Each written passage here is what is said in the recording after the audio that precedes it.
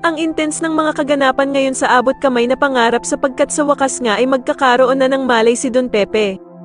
Dito nga ay ikakagulat ni Giselle ang paggising ng ama niyang si Don Pepe at masayang tatanungin niya nga agad ito tungkol sa mga naaalala nito. Samantala matapos ngang tanungin ni Doc Luke si Annalyn kung babalik na din daw ba ito ng Apex, ay bigla namang makikisingit sa usapan si Doc Lyndon at sasabihin nga nito na hindi pa daw maaaring bumalik si Annalyn ng Apex. Sa kabilang banda naman ay ikakabigla ni Giselle ang mababalitaan niya kay Doc Robert na pabalik na nga daw ng Amerika ang anak nitong si Justin at balak pa nga daw ni Eric na hindi na sila muling bumalik ng Pilipinas. Kaya naman ay magagalit siya sa kapatid niyang si Doc Robert dahil sa hindi daw ito agad sinabi sa kanya, subalit sasabihan siya nito na masakit man nga daw ay kailangan niyang tanggapin na ayaw talaga siyang makita ng kanyang anak na si Justin.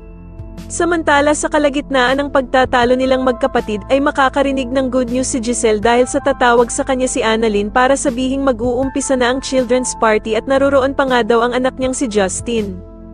Kaya naman ay biglang magugulat si Giselle at agad nga siyang mabubuhayan dahil sa nalaman niyang ang hindi pa pala talaga nakakaalis ng bansa itong anak niyang si Justin.